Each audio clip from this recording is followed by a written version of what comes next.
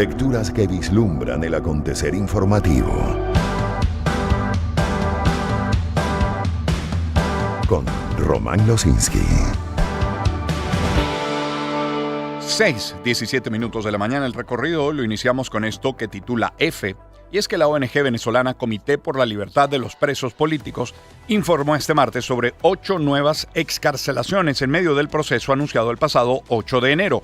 Recibimos información sobre excarcelaciones de la cárcel del Rodeo 1, ubicada en Miranda, en el norte, la noche de este martes 27 de enero. Esto fue lo que señaló la ONG a través de un mensaje en su cuenta en X. Eso en F, donde también leemos que la ONG venezolana Surgentes y el Comité de Madres por la Verdad presentaron este martes la propuesta de una ley de amnistía que permita la libertad plena de todos los detenidos por motivos, disculpen ustedes, de todos los detenidos por motivos políticos en el país, y además pidieron que el gobierno encargado se reúna con los familiares de estos detenidos. Pasando al diario, leemos que durante el 27 de enero, autoridades del Centro de Detención Zona 7, en Boleíta, permitieron finalmente las visitas de los familiares de los detenidos por motivos políticos recluidos en ese lugar. Ocurre luego de 18 días continuos de vigilias a las afueras del comando de la Policía Nacional Bolivariana en exigencia de fe de vida y de liberación de sus parientes. Y en confirmado, leemos que la presidenta del Partido Encuentro Ciudadano, Delsa Solórzano, reapareció este martes luego de 17 meses en resguardo y exigió la liberación inmediata de los detenidos por razones políticas. Señores, ya basta, de verdad, abran las puertas de las cárceles. Por Dios, el sufrimiento de los presos y de sus familiares es muy alto. Ya basta, cita textual para Delsa Solórzano. Reiteró también su compromiso con la unidad democrática y expresó su respaldo a las familias que permanecen frente a los centros de reclusión esperando la liberación de sus allegados y dijo, son un ejemplo para Venezuela. Y en el diario, versión final, leemos que a solo 13 días de la excarcelación de su hijo, quien permaneció detenido por casi 4 años en una prisión del país, Omaira Navas, madre del periodista venezolano Ramón Centeno, falleció este martes 27 de enero de 2026.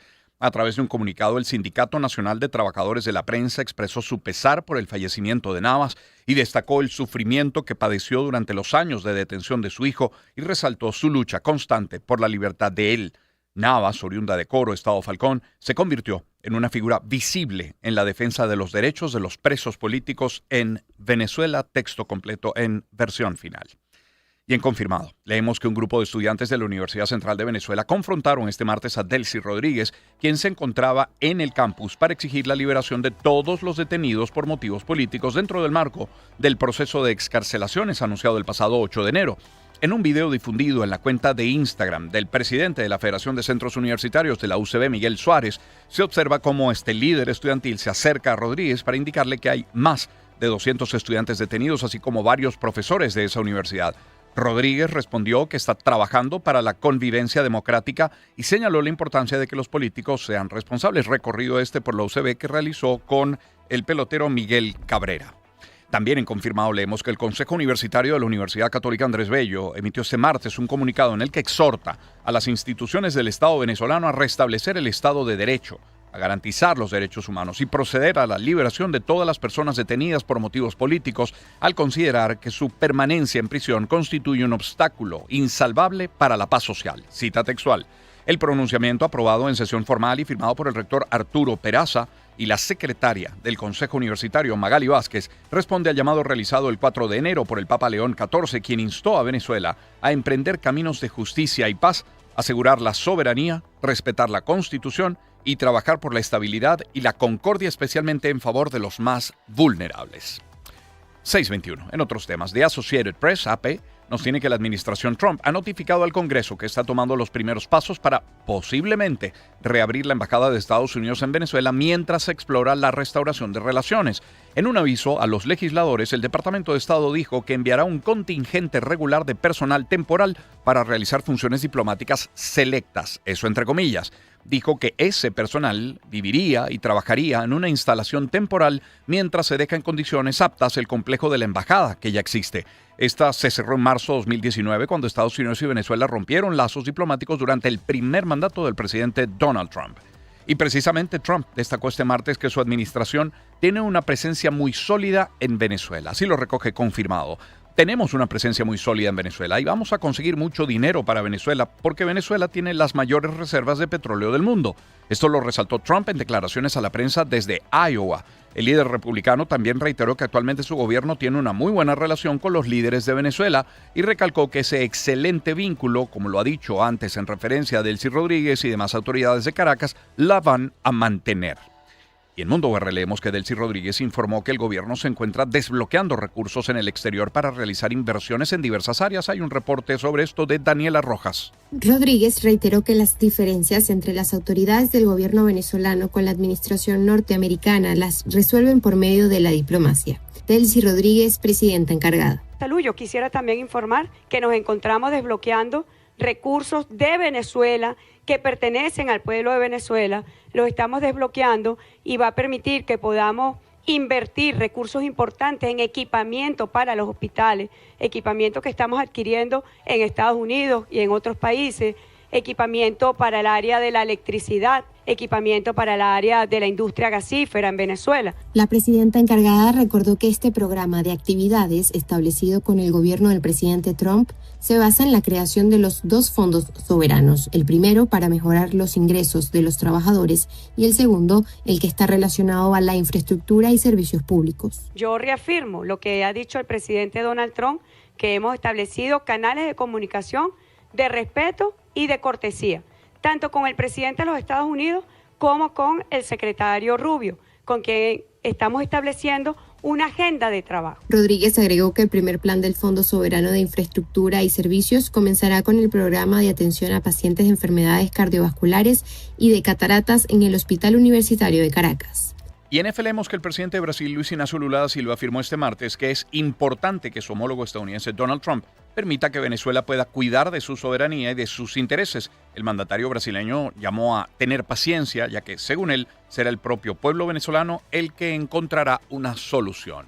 Y tenemos también confirmado que Iván Gil sostuvo este martes un encuentro diplomático con el embajador del Reino de Noruega, Nils Martin Guneng, con el propósito de evaluar el estado de los vínculos entre ambas naciones y proyectar nuevas áreas de colaboración bilateral.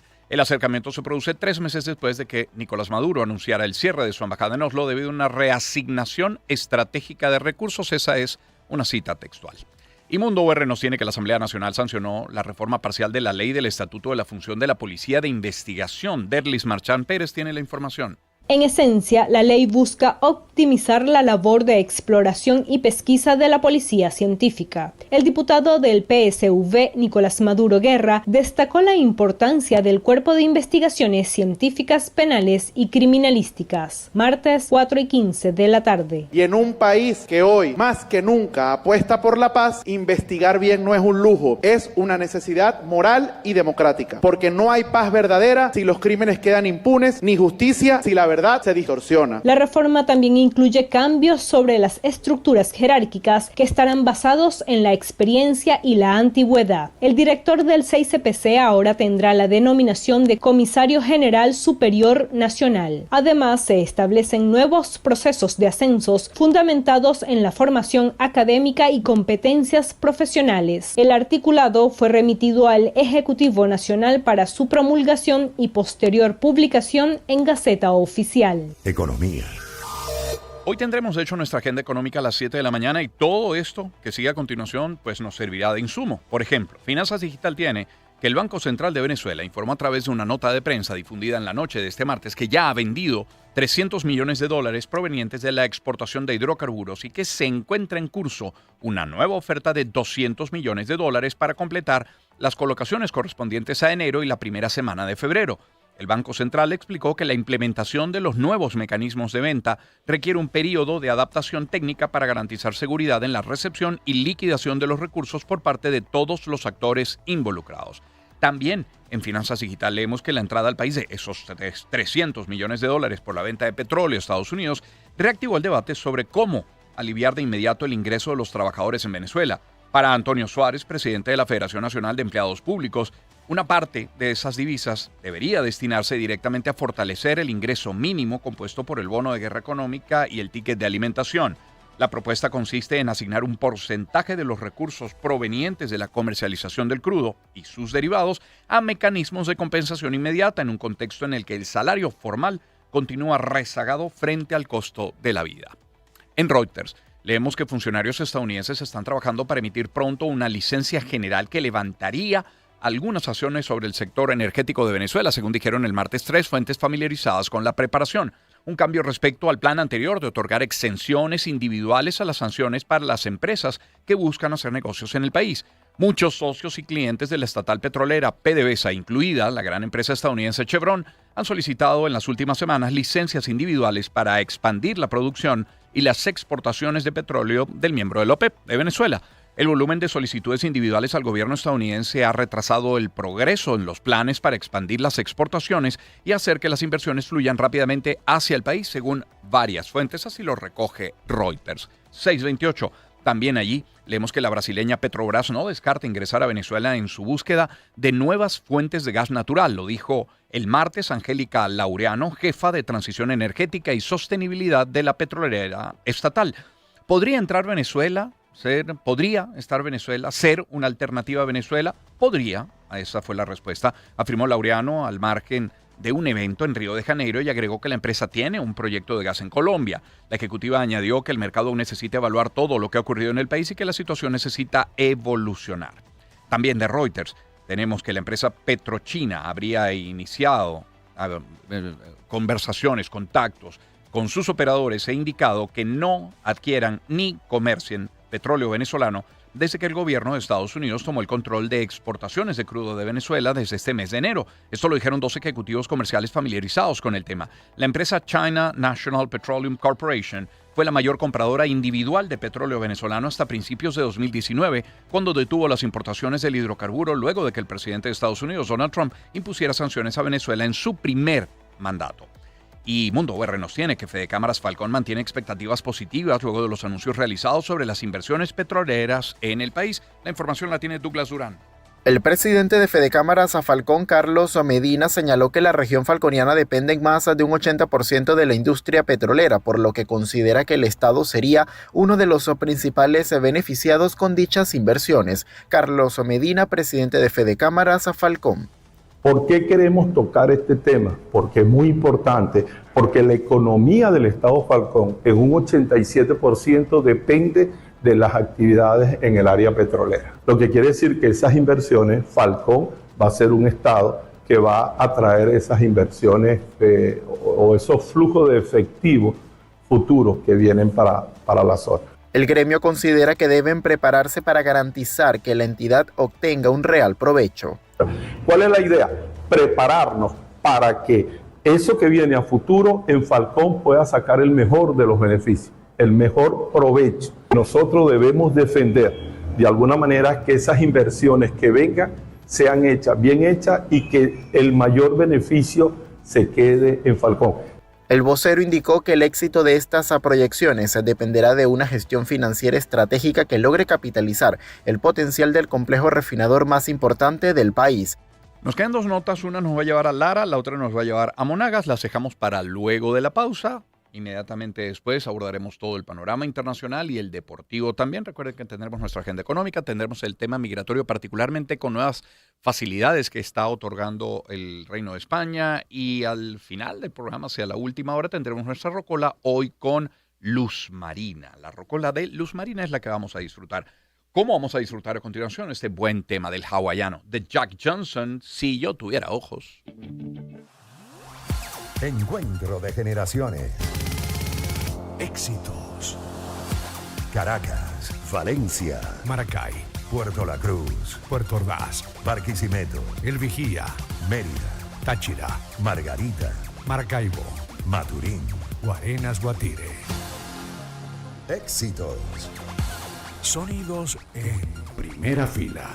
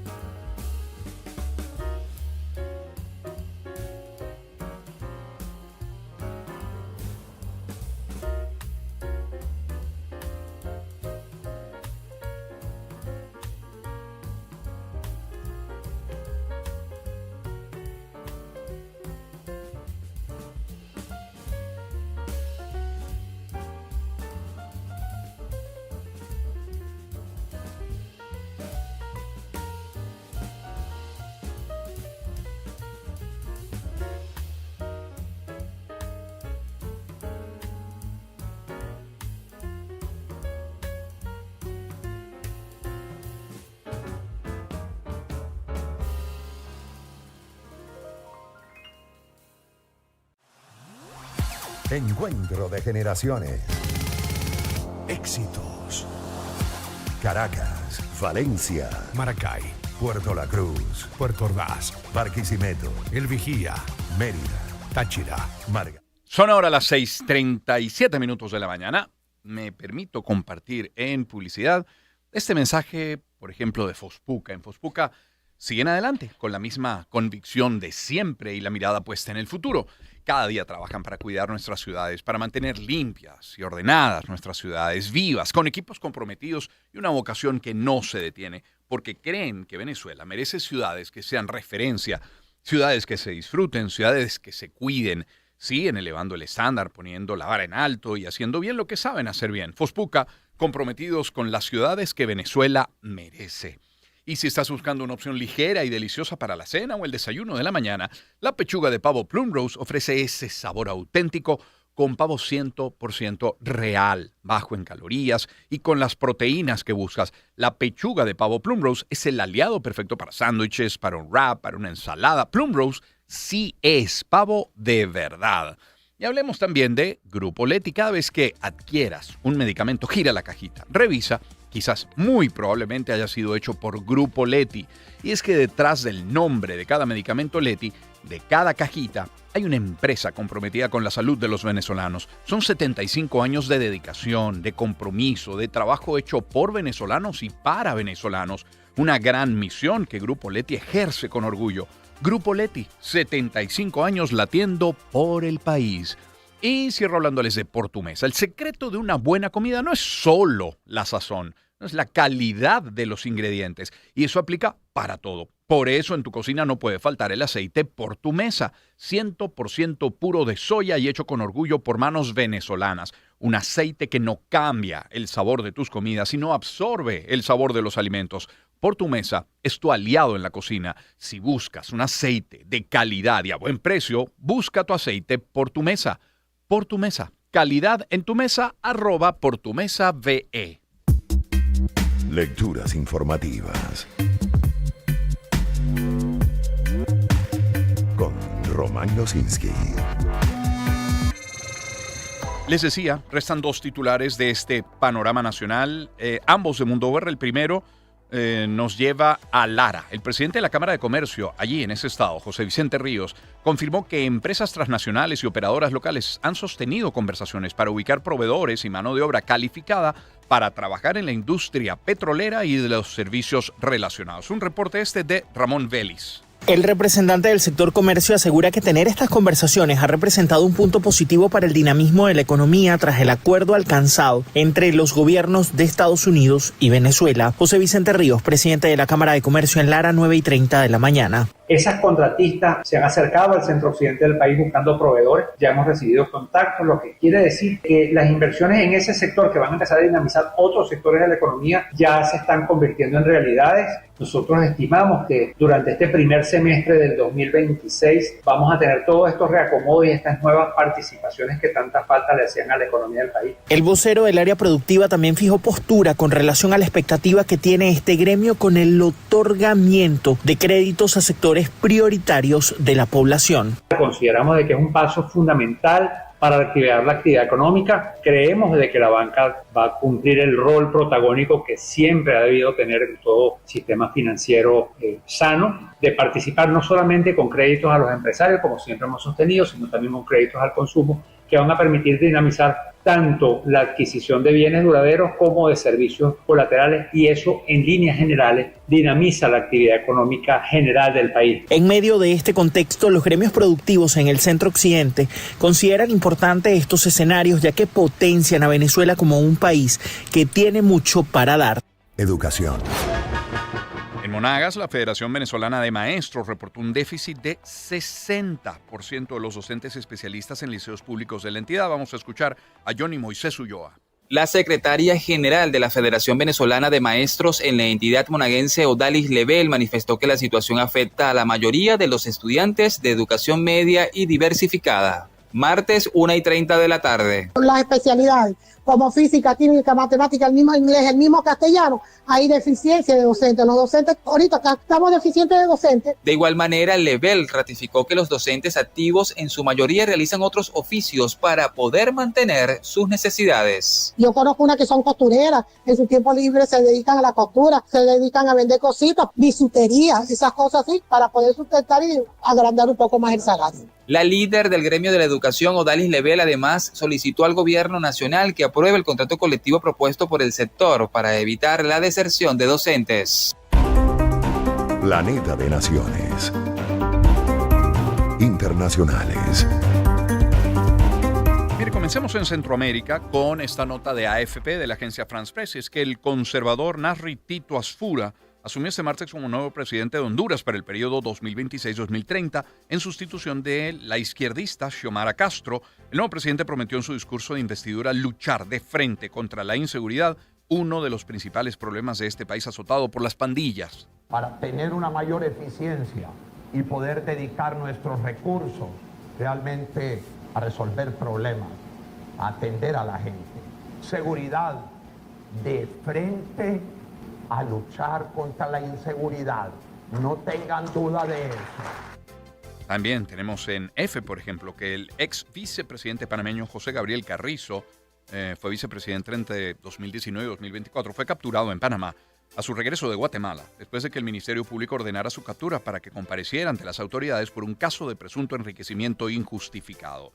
Y Nicaragua se quedó nuevamente sin embajador en Madrid, por cierto, una Madrid que ha amanecido blanca, totalmente blanca y bajo una nevada el día de hoy. Pero volviendo a la nota de F, el gobierno de Pedro Sánchez expulsó al representante en su momento de Managua, Mauricio Carlos Gelli, en estricta reciprocidad por la injusta expulsión del embajador español en ese país centroamericano, Sergio Farrés Salvá, quien llevaba menos de 2 meses en el cargo. Y ya vamos a ir a Europa, pero comencemos antes con Sudamérica. Ahí encontramos, por ejemplo, en Ecuador, que el presidente Daniel Noboa presentó una hoja de ruta para enfrentar la delincuencia, la corrupción, la violencia, junto a una inversión millonaria en materia de seguridad. Vamos a escuchar un reporte desde Quito con Estefanía Chaparro. En un video difundido en cadena nacional, el mandatario expuso el plan de seguridad para el 2026 que destinará al menos $180 millones a la adquisición de equipamiento militar y tecnológico, con el fin de fortalecer la capacidad de respuesta del Estado frente al crimen organizado como el narcotráfico, la extorsión y la minería ilegal. Una estrategia integral que ataca de frente a las estructuras criminales, que por años sembraron miedo en barrios, carreteras, fronteras y cárceles. No se trata de esfuerzos aislados, se trata de acciones conjuntas de este gobierno entendiendo a la inseguridad como la delincuencia que se desprende de la corrupción política. La estrategia contempla 11 proyectos prioritarios, entre ellos la incorporación de helicópteros, radares tridimensionales, drones y un bloque logístico multipropósito, orientados a reforzar el control fronterizo y la vigilancia en todo el territorio. De manera complementaria, Noboa anunció la asignación de recursos para tecnología especializada en la Policía Nacional, el incremento de su presencia en las calles y acciones contra el lavado de activos. La medida se da en medio de una profunda crisis de seguridad, luego de que el 2025 cerrara como el año más violento de la historia del país, con más de 9.200 homicidios. Las autoridades insisten en que se trata de una respuesta integral y coordinada para desarticular estructuras criminales de alcance interno y transnacional. Eso en Ecuador. Ahora, el gobierno de Colombia rechazó la medida de Ecuador de encarecer transporte de crudo en 900%. En este caso tenemos un reporte desde Bogotá con Oscar Pineda. La tarifa de transporte de crudo colombiano a través del oleoducto transecuatoriano pasó de cerca de $2.5 por barril a más de $30 por barril para usuarios extranjeros. El ministro de Minas y Energía de Colombia, Edwin Palma, señaló que la medida afecta principalmente a los pequeños productores de petróleo del sur del territorio. Martes, 1 de la tarde. Aumentar en un 900% la tarifa de transporte de crudo que sale de nuestro país hacia el Pacífico colombiano, insisto, es una agresión contra el país. También consideró que esta decisión desconoce el acuerdo binacional para promover y facilitar el transporte y exportación de hidrocarburos. Martes, 1 de la tarde. Dijimos que estábamos abiertos al diálogo. El presidente de la República dijo que estaba abierto al diálogo para hablar de todos los temas, incluyendo ese que se ha vuelto ya una excusa, que es el tema del narcotráfico. Sin embargo, la respuesta del gobierno ecuatoriano es nuevamente hoy una agresión. El gobierno colombiano ratificó su disposición a encontrar una solución negociada a la situación. Ahora, hablamos primero de Ecuador, luego de Colombia. Y uno podría preguntarse por qué Ecuador y Colombia han desatado una guerra comercial hace justo una semana. Bueno, Ecuador comenzó con el argumento de la seguridad fronteriza. Colombia le respondió quitándole la electricidad. Y hay una fecha clave en todo este conflicto. Y esa fecha nos la tiene José Luis Carrillo. A partir de este domingo 1 de febrero, Ecuador impondrá una tasa de seguridad del 30% a los productos colombianos y en respuesta Bogotá aplicará un impuesto del 30% a la importación de 50 productos de Ecuador, además de suspender la venta de energía eléctrica. Como contraparte, desde el pasado viernes 23 de enero, Ecuador subió de 3 a 30 dólares la tarifa de transporte del crudo colombiano por el oleoducto transecuatoriano. El presidente de Ecuador, Daniel Noboa, denunció una supuesta falta de apoyo de Colombia en la lucha contra las drogas, y ese sería el motivo de las medidas comerciales que tomó y que dijo las mantendrá hasta que el gobierno de Gustavo Petro se comprometa a enfrentar juntos el narcotráfico y la minería ilegal en la frontera. Colombia y Ecuador comparten una frontera terrestre de 586 kilómetros donde operan grupos de narcotraficantes y guerrilleros. Ambos países tienen puertos en el Pacífico que son utilizados por las mafias para sacar drogas con destino a Estados Unidos y a Europa. Se espera que Noboa y Petro se reúnan pronto y encuentren una solución al impasse comercial antes de que los ecuatorianos y los colombianos se vean afectados por el impacto de las medidas. Tal parece que no solo a Trump le gusta presionar con los aranceles en la región.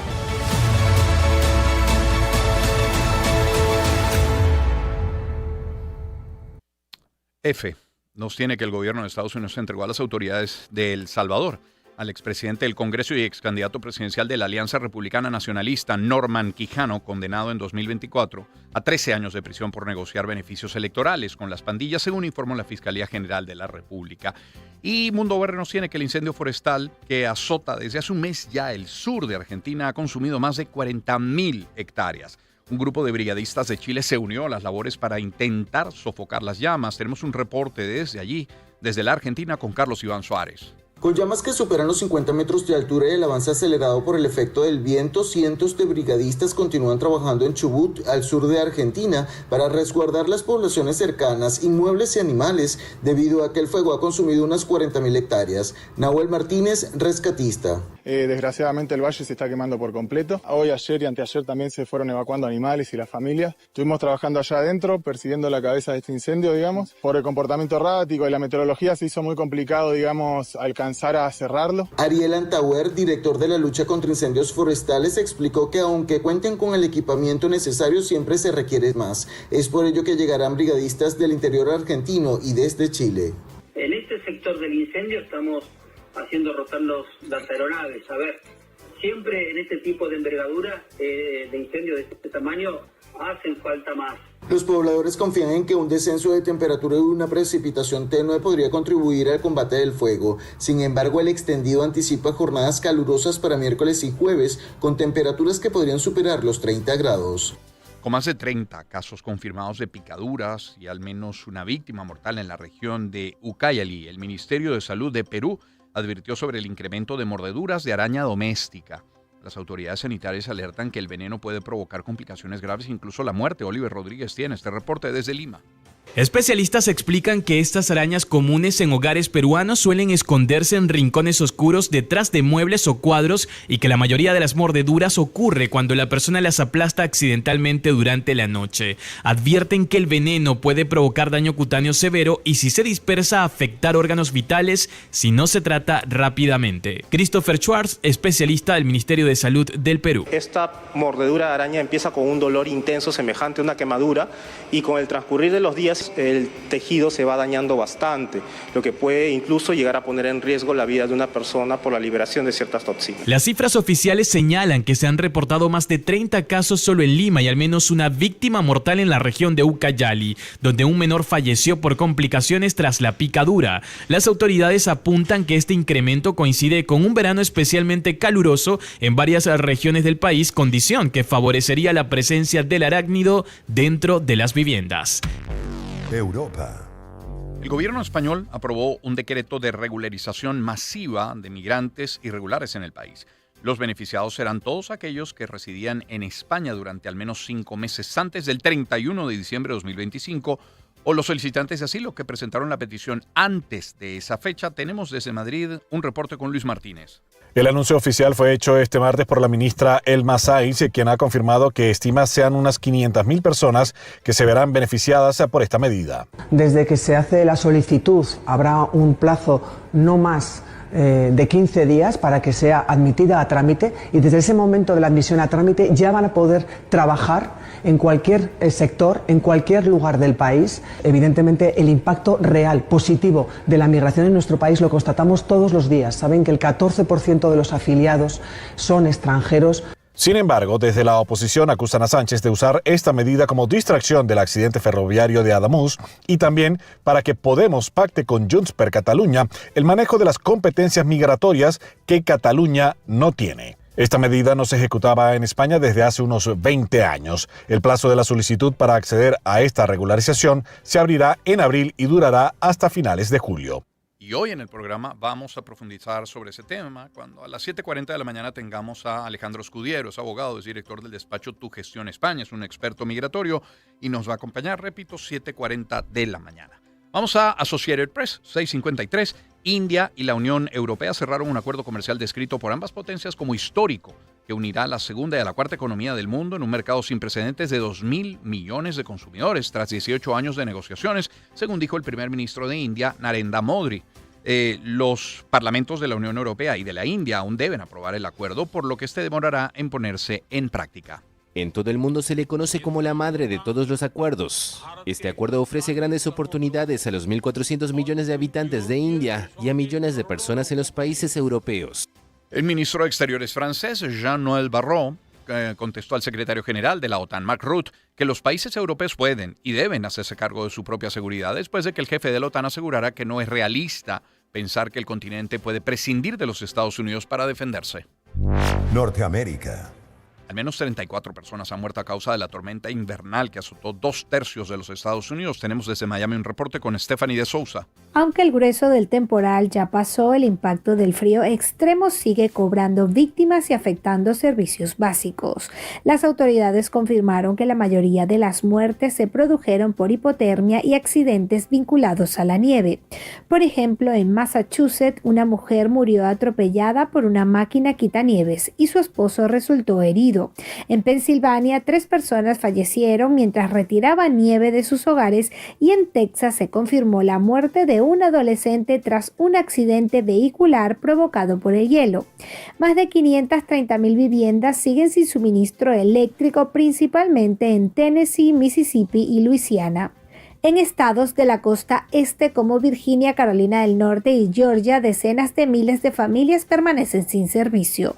El temporal también provocó la cancelación de miles de vuelos, mientras una intensa ola de frío se mantiene con temperaturas bajo cero en gran parte del país. Temporal en Estados Unidos, temporal en España, temporal en Reino Unido. Volviendo a Estados Unidos, Europa Press nos tiene que las autoridades locales estadounidenses confirmaron que una persona se encuentra en estado crítico tras recibir un disparo durante un incidente con agentes de la patrulla fronteriza en la localidad de Arivaca, en el estado de Arizona, cercana a la frontera con México. Y el presidente de Estados Unidos, Donald Trump, calificó de muy triste la muerte por disparos de un activista que protestaba contra la policía migratoria en Minneapolis, pero descartó la dimisión de su secretaria de Seguridad Nacional, criticada por la oposición. Creo que está haciendo un excelente trabajo. La frontera es totalmente segura, ¿sabes? Olvidamos que tenemos una frontera que heredé y por la que pasaban millones de personas. Ahora tenemos una frontera por la que no pasa nadie. Tenemos en Reuters que una nueva propuesta de ley en California busca imponer impuestos a las ganancias de compañías privadas que operan centros de detención de migrantes financiados por el Servicio de Control de Migración y Aduanas, lo que convertiría al Estado en el primero en el país en imponer un gravamen de este tipo. Y el presidente de Estados Unidos, Donald Trump, amenazó con retirar el apoyo de su país a Irak si el ex primer ministro Nouri al-Maliki regresa al poder en esa nación árabe. Medio Oriente.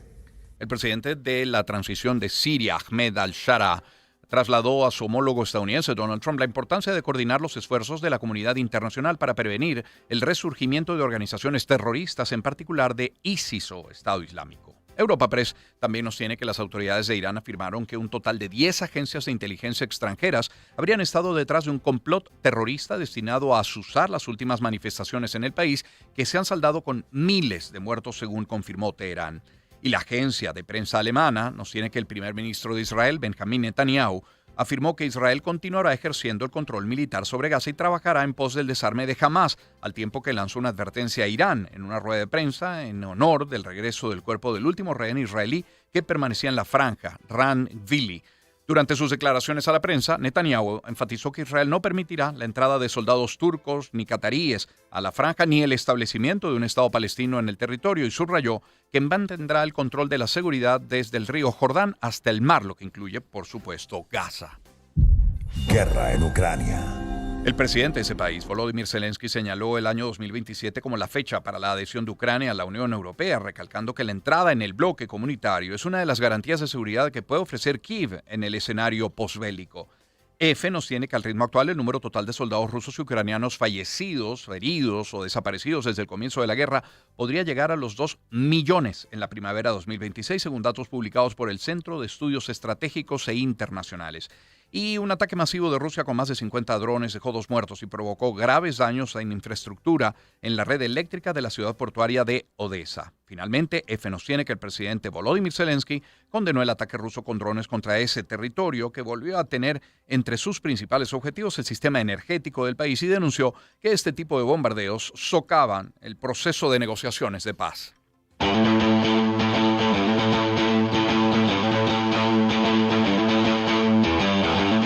La gloria de competir.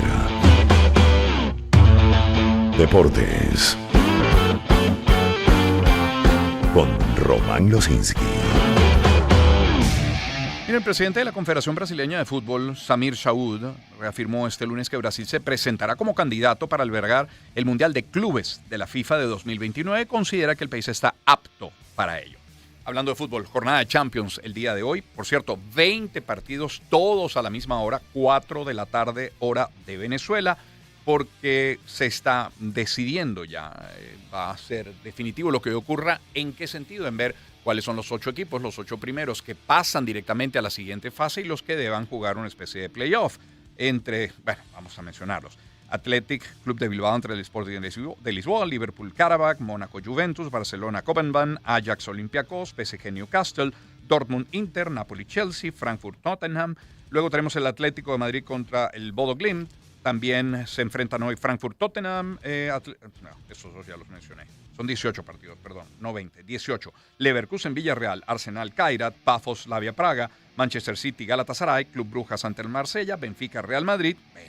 Real Madrid, decía Sabina en una de sus canciones, se vacían las calles porque juegan Real Madrid-Benfica. Benfica-Real Madrid el día de hoy a las 4, Unión San Galo al Atalanta y PSV ante el Bayern. Son los partidos 18 para el día de hoy, la jornada 8 de 8 en la Champions. Luego en béisbol, Magallanes ganó 12-4 el primero de la final. Eso fue el día de ayer. Hoy será el segundo, también en Anzoátegui, será a las 7 de la noche. Y en materia de tenis, vamos a ver, tengo aquí abierta la aplicación. Por cierto, volviendo al Champions, nada más, si quedan, que puede cambiar y puede cambiar mucho además, pero si quedara como está la clasificación, actualmente los 8 primeros equipos, los que pasan directamente serían Arsenal, Bayern, el Real Madrid, el Liverpool, el Tottenham, el PSG, el Newcastle y el Chelsea. Barcelona está de noveno, Sporting Lisboa, pero insisto, esto puede cambiar y mucho, incluso posibilidades de que el Real Madrid no quede entre los 8. Remota, pero posibilidad. Al fin. Les decía sobre tenis y nos vamos al Abierto de Australia. Mire, el jueves, mañana, se estarán jugando la semifinal. Ya está clara en el individual femenino, Sabalenka Svitolina y Pegula contra Rybakina. Ella venció ayer a la número 2, Iga Swiatek, es la polaca. Y si nos vamos al individual masculino, está por definirse solo uno de los semifinalistas. Una de las semifinales son Alcaraz-Zverev, el español contra el alemán, y Djokovic está a la espera del resultado del partido que se está jugando ahora. Mira, acaba de finalizar, lo acabo de ver, Jannik Sinner, acaba de ganar 6-3, 6-4, 6-4, por lo que será el rival de Novak Djokovic en la semifinal del día jueves. Son las 7 de la mañana con 1 minuto, hasta acá los deportes. Vamos a ver, luego de la pausa, ya lo saben, Asdrúbal Oliveros en nuestra agenda económica, Alejandro Escudiero para ahondar un poco más en este beneficio migratorio que está ofreciendo el gobierno de España, y luego de las 8 de la mañana La Rocola con Luz Marina. ¿Qué tenemos a esta hora? Puede ser hace que la presente Valdemaro Martínez. ¿Te parece, Nelson? Fernando. Encuentro de generaciones. Éxitos. Caracas, Valencia, Maracay, Puerto La Cruz, Puerto Ordaz, Barquisimeto, El Vigía, Mérida, Táchira, Margarita, Maracaibo, Maturín. Guarenas, Guatire. Éxitos. Sonidos en primera fila.